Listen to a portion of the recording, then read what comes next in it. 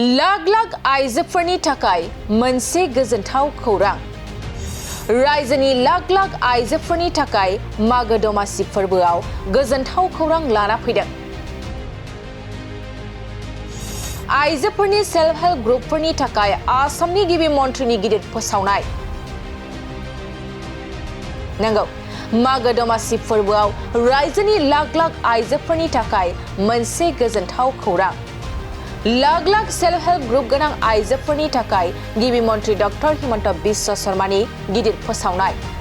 थारैनो रायजोनि लाख लाख आइजोफ्रा थाबैनो सरकारि रां मोननो थांगासिनो दं। मागो दमासि फोरबोनि उनाव रायजोनि लाख लाख आइजोफ्रा सरकारि रां मोनगोन।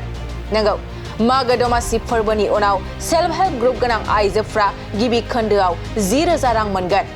बेनि अनगायैबो नैथि खोन्दोआव 25,000 रां आरो थामथि खोन्दोआव 50,000 रां मोनगोन।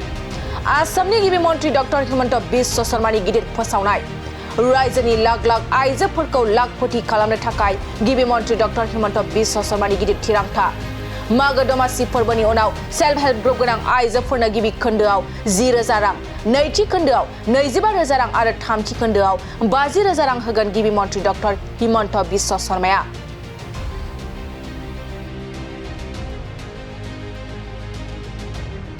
लाख लाख आइजोफोरनि थाखाय मोनसे गोजोनथाव खौरां।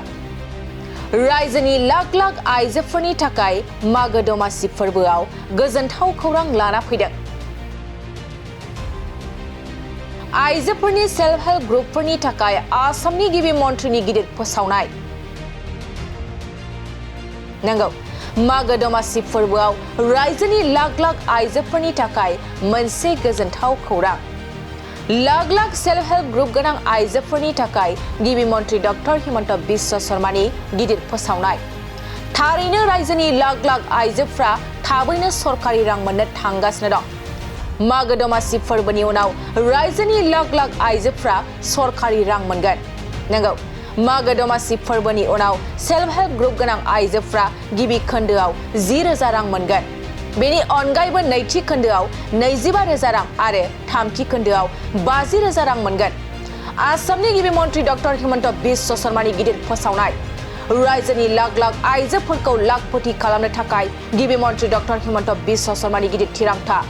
मागो दमासि फोरबोनि उनाव सेल्फ हेल्प ग्रुप गोनां आइजोफोरनो गिबि खोन्दोआव 10,000 रां, नैथि खोन्दोआव 25,000 रां आरो थामथि खोन्दोआव 50,000 रां होगोन गिबि मन्थ्रि डक्टर हिमन्त बिश्व शर्माया।